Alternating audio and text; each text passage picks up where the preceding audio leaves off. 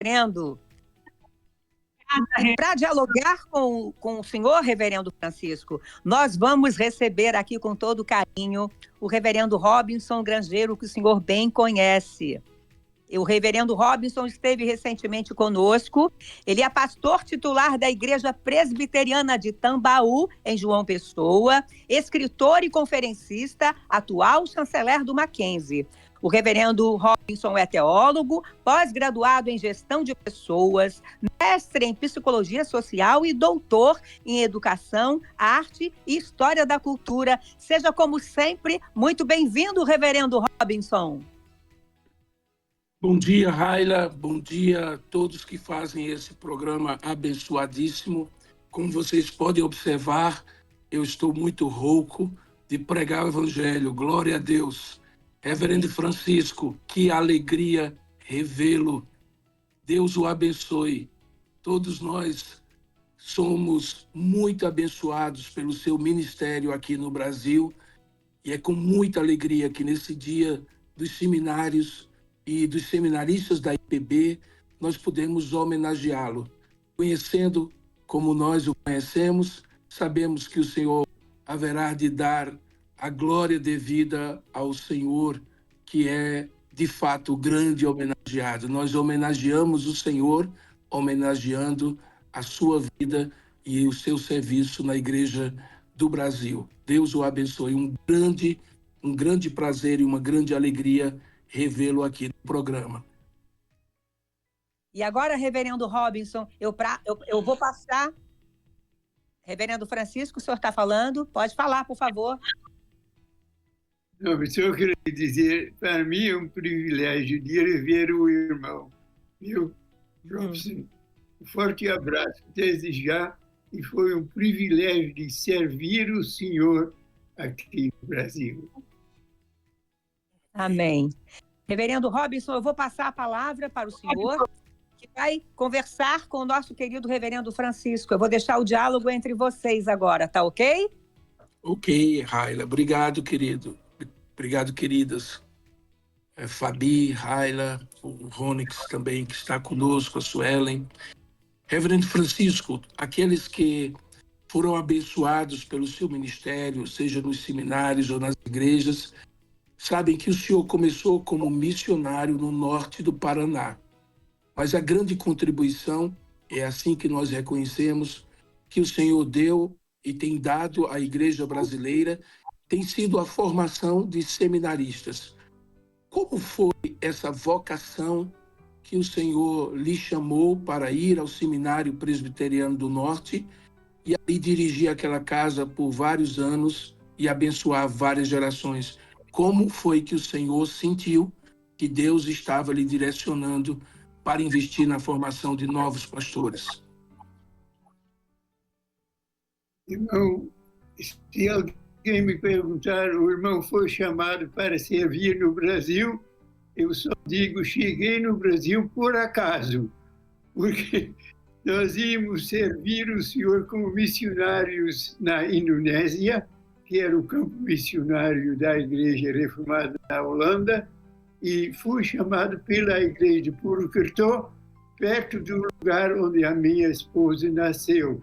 Aprendemos indonesiano e javanês, mas aí nós não recebemos um visto e ficamos assim. Onde é que temos de ir agora? A missão disse, aguarde, porque vamos procurar outro campo. E daí eles mandaram 2 pastores para achar outro campo. Eles nos mandaram junto, assim começamos da Igreja Reformada em São Paulo, inicialmente. E nesse meio tempo ficou claro que a nossa igreja ia servir no Brasil, daí fomos mandados para uma escola língua para aprender o português. Então, eu digo, todas as coisas cooperam para o bem daqueles que amam a Deus, mas cheguei não por ser chamado claramente, mas por acaso, mas Romanos 8, 28, todas as coisas cooperam para o bem daqueles que amam a Deus. E por isso, sentimos que Deus nos chamou aqui e temos servido aqui com muita alegria e foi um privilégio de servir. Reverendo Francisco, quando o senhor diz por acaso, e logo relembra o texto de Romanos 8, 28, quando diz que todas as coisas cooperam para o bem daqueles que amam a Deus, isso é muito útil para nós, pastores, e especialmente para os seminaristas, porque nós temos que tomar decisões difíceis e, às vezes, precisamos de uma clara orientação do Senhor. Mas, às vezes, Deus não nos fala claramente assim. Ele simplesmente nos dá oportunidades. E o que o senhor nos contou foi que a oportunidade de ir para a Indonésia não se abriu, e aí se abriu a oportunidade para vir ao Brasil. É assim que a gente deve sempre conduzir a nossa vida, como servos obedientes nas oportunidades que Deus nos dá?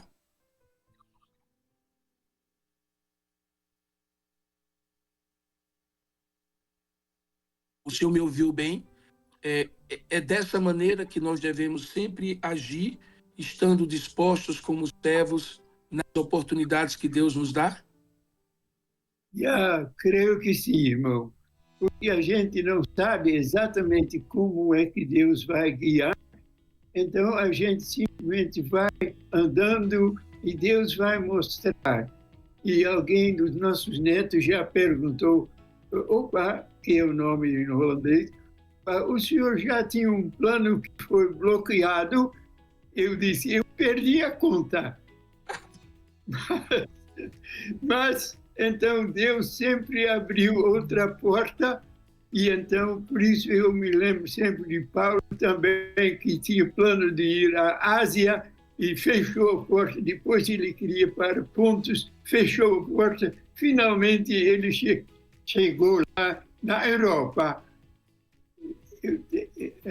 Sempre dispostos para ver como Deus guia, e daí ir com alegria e com cautela. Amém. E como foi que o senhor chegou a receber o convite e vir para Recife, para o seminário? Conte um pouco como foi essa orientação de Deus e o convite que houve. Irmão, eu nem queria ir a Recife. E quando recebi esse convite da missão e da igreja presbiteriana, eu disse não, 2 vezes. E daí, uma vez estávamos em Cascavel, a minha esposa perguntou, Francisco, por que você disse não agora? Porque antes, quando a missão e a igreja disseram vai para lá, você disse, vamos embora, vamos empacotar o trem e vamos embora. E desta vez, não. Eu disse, eu não sei. Daí a minha esposa disse, daí devíamos orar. E depois de orarmos juntos, ela disse, Francisco, é por causa das meninas. É que os nossos 3 primeiros filhos são meninas e eram moças bonitas, e o coração do pai fica um pouco preocupado, porque no Sul conhecíamos tanta gente, tínhamos tantos amigos, e lá no Nordeste não conhecíamos ninguém. Só me lembrei que quando estávamos nos preparando para ir ao Brasil, a missão de Francisco, o consulado disse, vai ter um filme sobre o Brasil, você tem de ir lá. Então nós dois fomos lá, e foi o primeiro filme sobre o Brasil, e foi sobre Lampião. Então, eu disse, vamos ver. Eu não... Mas então, quando eu disse não, e ela disse, vamos orar, depois ela disse, Francisco, o que você pensa? E era como se Deus disse, Francisco, eu amo as tuas filhas muito mais do que você. Pode deixá-los na minha mão. E nós colocamos assim a mão sobre a promessa e fomos. E daí mudamos para o norte e nem tínhamos casa ainda, mas então o seminário tinha 2 salas abertas, fomos recebidos lá no Recife e alojados nesses 2 quartos lá no seminário e participamos também das refeições, também das refeições com todos os estudantes. Então, eu me lembro a primeira vez quando nós entramos na sala de refeições com a nossa tribo, porque tínhamos naquela altura 7 filhos, se não me engano. Então, foi assim, Então, porque eram tão homens. E nós tínhamos essas 3 meninas. E pouco depois eu recebi um convite para pregar em João Pessoa e foi dito, então pode levar também uma parte da sua família. Então, os maiores foram conosco e preguei lá pela primeira vez, mas daí eu descobri que alguém tinha, assim, estava olhando para uma das minhas filhas e fiquei desconfiado. Então, eu soube quem era, e eu voltando para Recife, eu pensei, eu vou falar com o Deião, porque eu nem conheço esse cara. Ele disse, quem é que está olhando para uma das suas filhas? Eu disse, é um tal de Elias Medeiros. Ele disse, é um homem de Deus, é uma família muito consagrada, pode ter paz. Então, por causa da confiança no nosso Deião, que é o reverendo Otton, então colocamos a luz verde e assim esse rapaz depois se tornou o nosso primeiro genro. E assim agora temos 3 genros nordestinos, como Deus providenciou. O senhor já me contou em outros momentos que um dos receios que o senhor tinha em relação às suas filhas era porque os nordestinos não eram tão altos e elas são altas. E aí o senhor dos céus deu 3 esposos altos para suas filhas. Uma grande alegria, o reverendo Augusto, o reverendo Elias, que também foram meus professores na época do seminário. Mas eu gostaria de perguntar agora ao senhor, e de maneira muito pessoal, porque a sua influência sobre a minha turma, em particular, que se formou em 1987 no Seminário Presbiteriano do Norte, não foi apenas e tão somente pelo seu conhecimento teológico, pelo seu conhecimento histórico. Eu tive a alegria de ser seu monitor de história da igreja, aprendi muito com o senhor, mas principalmente pelo seu caráter e pela sua piedade. O senhor nos ensinou muito a ser pastores de fato e não apenas teólogos. E o senhor, então, tinha uma expressão, o senhor dizia assim, reverendos tem muitos, mas nós estamos querendo pastores de ovelhas. Ainda hoje, o senhor tem certeza de que o que a igreja mais precisa, especialmente a igreja presbiteriana do Brasil, é de pastores? E por que pastores são tão importantes para a igreja? Sim, irmão, eu ainda acho que esse é o alvo do seminário, de formar pastores da igreja. E sempre me lembro da referência de Atos 28, onde Paulo está falando aos presbíteros lá de Éfeso. Ele diz, vocês são pastores, então, que foram apontados pelo Espírito Santo para pastorear a igreja de Deus. Vocês são... Ele fala com os presbíteros, e nós, pastores, somos presbíteros também. Presbíteros docentes, mas presbíteros com os colegas. Então, nós temos na nossa igreja um conjunto assim, que é o Conselho de Pastores, presbíteros e pastores. E ainda acho que precisamos de pastores realmente que cuidam do rebanho. E por isso o Senhor é meu pastor. E diz lá também, em Salmo 23, o teu cajado me consola. E eu creio que nós, pastores, precisamos nos lembrar que, de vez em quando, Deus nos dá uma tapa para o bem do rebanho. Reverendo, Somos pastores. suas histórias no seminário são conhecidas de todos nós. Nós espalhamos por todo o Brasil as experiências que tivemos com o Senhor. Todos nós, quando chegávamos no seu gabinete de reitor, às vezes com reclamações, às vezes com queixas, o Senhor sempre nos mandava olhar aquele cartãozinho que estava no pé da porta, só lembra? E lá tinha assim, não... o Senhor dizia assim, tinha lá, Gálatas 2, não era? Não mais eu, mas Cristo vive em mim. Eu me lembro muito bem, porque se não fosse esse cartão e Gálatas 2:20, eu nem estaria no ministério.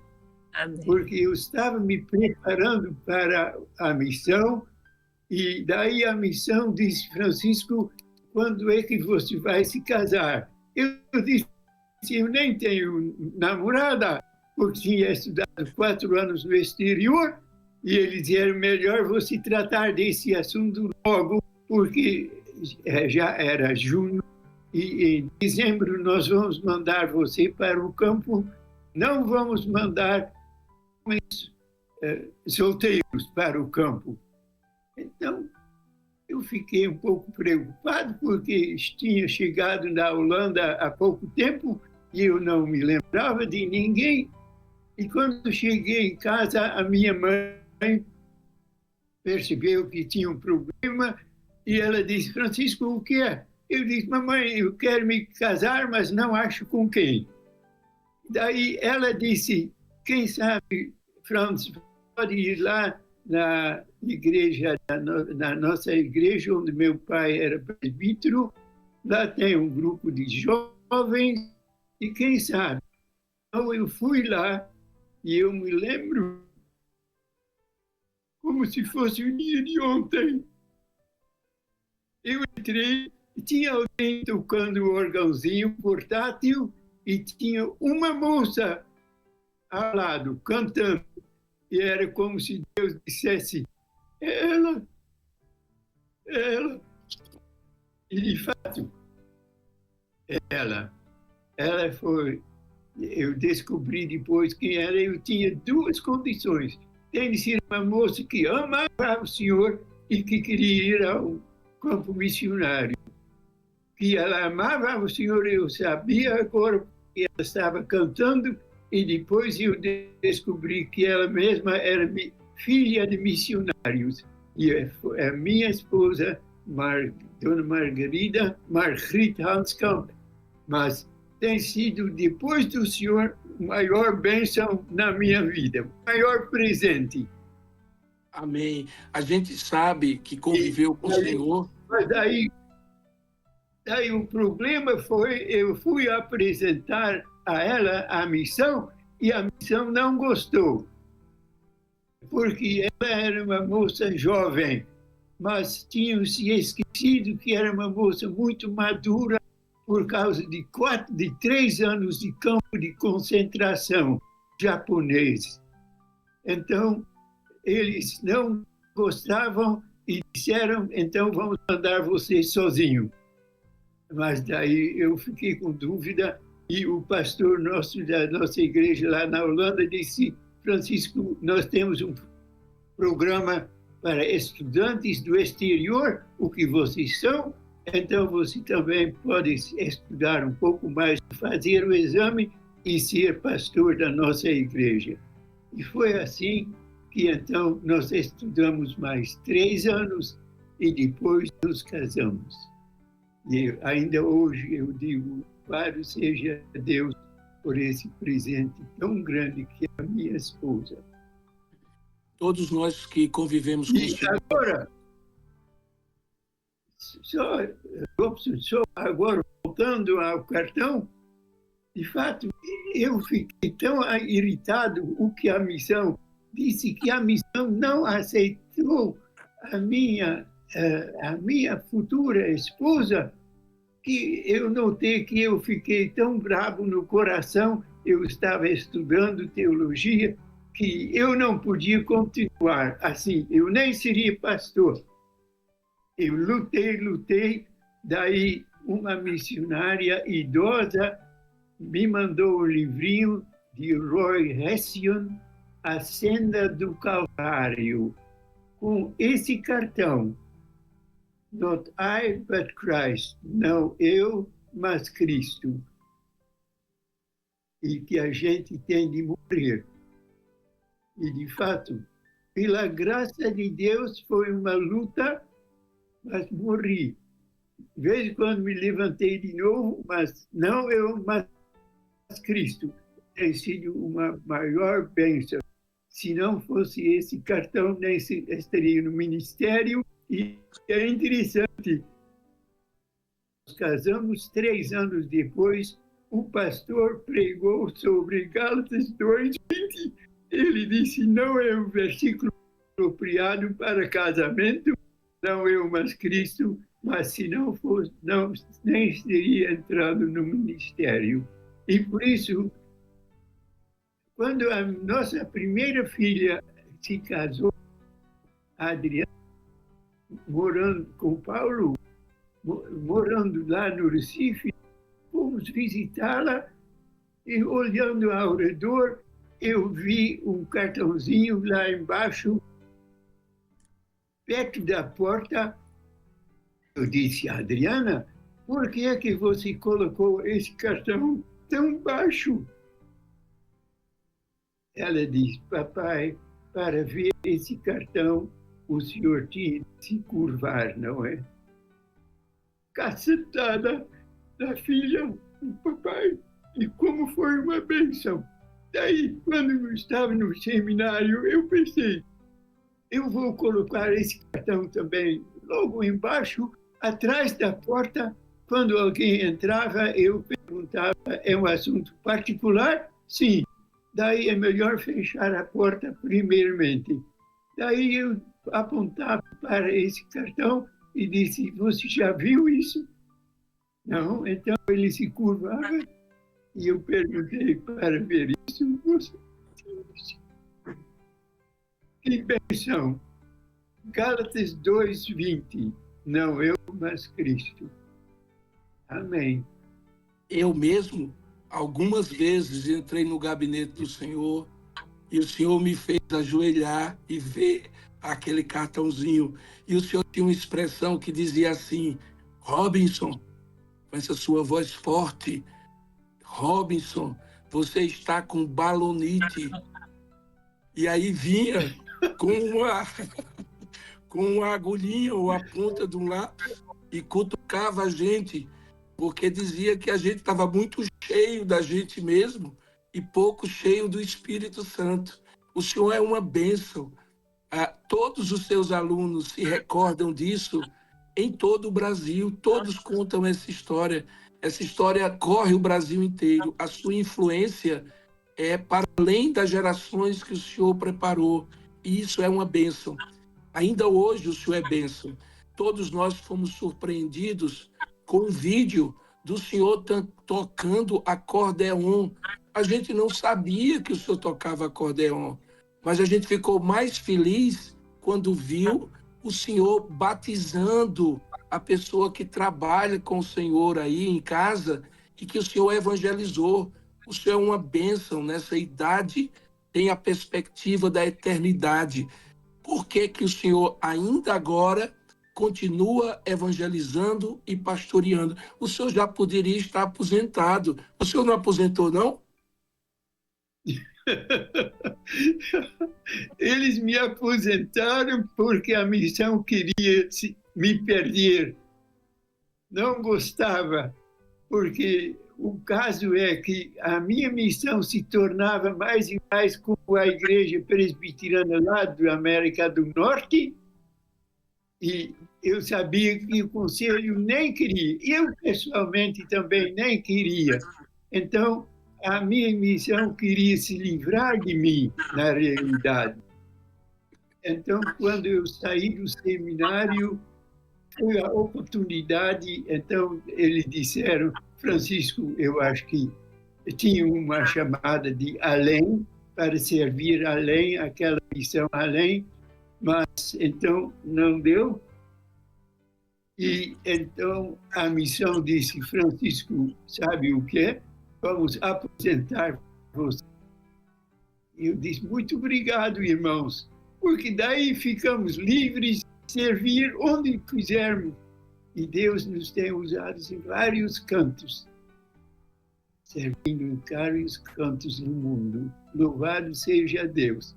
Por isso, todas as coisas cooperam para o bem daqueles que amam a Deus. Até uma aposentadoria cedo, forçada. Eu tiro o meu chapéu, digo, muito obrigado, senhor. Como foi a sua experiência? Como foi que o senhor se sentiu batizando alguém com a sua idade, porque o senhor evangelizou e agora estava recebendo na Igreja de Cristo? Todos nós ficamos muito emocionados. Na verdade, reverendo, deixa eu lhe dizer uma coisa. Qualquer pastor sério e íntegro no Brasil hoje, que conhece o Senhor, a gente diz assim, eu quero estar na idade do reverendo Francisco, como ele, fazendo o que ele está fazendo. O senhor é inspiração. Nos conte, por favor, como foi a emoção espiritual de batizar alguém que cuidava do senhor, que ainda cuida, e que o senhor evangelizou.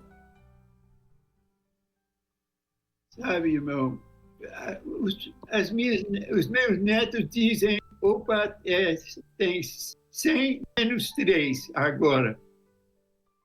E graças a Deus, eu posso falar ainda. Eu estou tão grato porque a minha esposa tem problema de Alzheimer e eu louvo a Deus que eu estou vivo ainda para ajudar a ela de vez em quando ela está triste. Então, agora eu só louvo a Deus que posso ser usado por Deus um pouco. E o que aconteceu, aquela senhora que se batizou,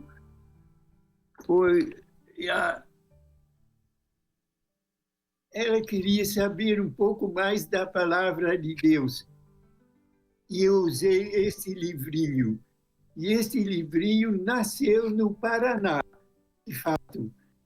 E porque era uma região, naquela época, onde tinha muitas pessoas que tinham dificuldade de ler e entendiam mais o desenho do que a letra. Então, pensei, eu vou fazer uns rabiscos.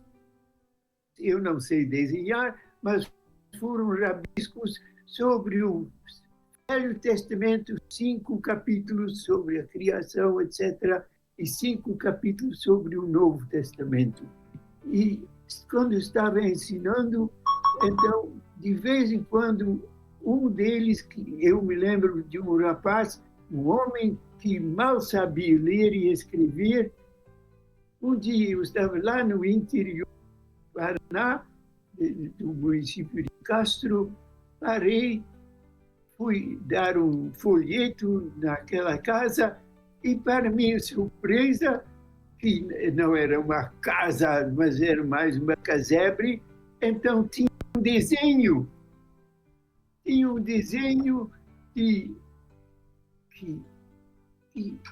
eu tinha usado na minha aula de catecúmenos, que eu tinha aprendido com um dos nossos evangelistas, porque, numa certa altura, eu era responsável também pelo campo de Guaíra, e ele disse, pastor, hoje o senhor tem de batizar um homem.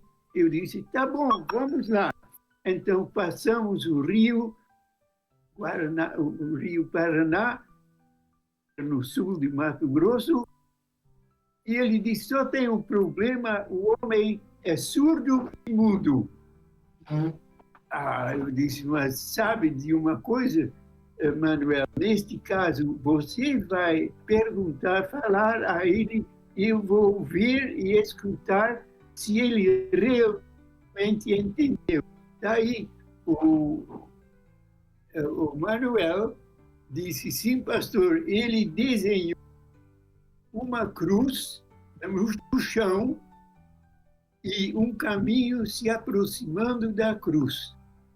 E um caminho à direita foi para cima e outro à esquerda foi para baixo, porque tinha duas cruzes ao lado da cruz do Senhor Jesus. E uma cruz, então, estava se inclinando para ele, que era no caminho para cima, e outra cruz estava se afastando dele, que era o caminho para baixo. Então, chegando lá, naquela congregação em Mato Grosso do Sul, ele chamou o homem e desenhou esse desenho no chão e colocou o homem no início do caminho. Ele disse, ande. Então o homem correu imediatamente, escolheu o lado certo, foi para o céu. Então batizei.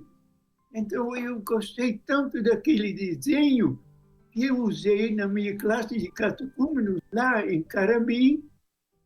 E agora eu vi o mesmo desenho lá naquela casebre. E é uma senhora que saiu, eu disse, com licença, senhora, o quê? E ela contou que um homem tinha passado, tinha pedido licença para desenhar alguma coisa na parede. Eu disse a ela, e a senhora entendeu? Daí ela me pregou o Evangelho. E por isso está que Deus é fiel. 5 capítulos do Velho e do Novo Testamento. E ela simplesmente queria estudar a palavra de Deus. Depois ela disse, eu quero me batizar, pastor. Eu nunca queria me batizar porque eu queria vir, mas agora eu quero me batizar. Eu digo, louvado seja Deus! E a gente cada vez mais percebe que esse negócio que alguém então chega a Cristo é a obra do Espírito Santo. Nós só precisamos levá-lo perto do Senhor Jesus. Eu quero lhe apresentar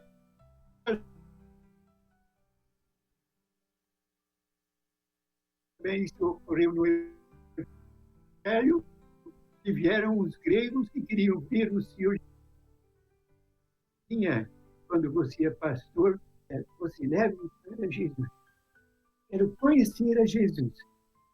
Foi um privilégio, um grande privilégio, poder batizar aquela pessoa.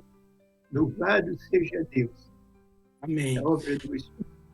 Amém. Reverendo Francisco, hoje é um dia especial, porque é o dia que a Igreja Presbiteriana comemora o Dia dos Seminários Presbiterianos e o Dia dos Seminaristas. Eu gostaria de pedir ao Senhor que deixasse uma mensagem. Outras pessoas vão participar aqui do programa. Eu estou me sentindo muito privilegiado por poder entrevistá-lo como um dos seus alunos. Eu fico muito feliz porque sei que eu não estou aqui sozinho. Eu estou representando gerações e gerações de pessoas que foram formadas pelo Senhor ainda no seminário. E eu gostaria que o senhor deixasse uma mensagem, na verdade 2 mensagens. O senhor pode falar junto, mas em 2 direções. Primeiro, que o senhor deixasse uma mensagem para os que hoje estão nos seminários, os seminaristas. Mas também que o senhor falasse para aqueles que dirigem os seminários, os professores e aqueles que na Igreja Presbiteriana cuidam da formação dos pastores. O que é que um professor, aos 97 anos, que teve a oportunidade de ser reitor do Seminário Presbiteriano do Norte, diria ou dirá para os seminaristas, professores e dirigentes dos nossos seminários hoje? Em primeiro lugar, aos próprios seminaristas. Eu me lembro que um jovem pastor me procurou, ele disse: eu quero um conselho. Eu peguei minha caneta e escrevi uma palavra no braço dele. Pistos é uma palavra grega que quer dizer fiel. É a coisa mais importante, realmente, porque, sabe, a gente não vai ser julgado se tem 1 ou 2 ou 5 talentos, isso não importa. O importante é se você for fiel. Fiel, e quando é casado, em primeiro lugar, porque um pastor corre também perigo, viu, nesse sentido. Então, fiel à sua esposa, fiel na família, mas fiel ao Senhor e à sua palavra, e não começar a inventar coisas, mas ser fiel na pregação da palavra de Deus. E este é o segundo pensamento, porque, de fato, a cátedra vai para o púlpito. Quer dizer, o que os professores ensinam vai ser ensinado na igreja. E temos de orar muito por nossos dirigentes. Não somente que eles sejam fiéis, mas que eles sejam fiéis na indicação de pastores. Quando queremos agora procurar pastores que têm formação, homens, então, muito grande, ou especialmente lá fora, eu me lembro da situação da Alemanha, no século passado. No século passado, o Bultmann tinha uma influência enorme. E o Bultmann era um alemão já muito importante, mas o que ele então ensinava a desmitologização, porque ele diz tudo é mito. Então, os pastores não tinham mais mensagem, aqueles que foram lá no seminário, então foram ensinados que tudo era mito, o que é que ele vai pregar? Então, que nossos irmãos que têm responsabilidade de indicar os professores, que eles tenham sabedoria e para distinguir e verificar se eles são fiéis à palavra de Deus. Nem não é o título que eles têm, mas em primeiro lugar, se eles são fiéis à palavra de Deus. E se não, ele não vai ser professor. E por isso é bom, não por muito tempo, talvez por 2 anos, então vamos ouvir se ele realmente está ensinando a palavra de Deus. E se não, muito obrigado, irmão. E pode ser um irmão que está se enganando e nem percebeu, mas se ele não for fiel à palavra de Deus, suba no nosso seminário, porque a cátedra vai para o púlpito. O que os alunos aprenderam no seminário vai para a igreja. E por isso somos tão responsáveis. Eu oro por nossa igreja, porque a nossa igreja já é uma igreja de anos, né? Pela graça de Deus. Então, a tendência é de ficar mais livre, mais libertado, se me diz.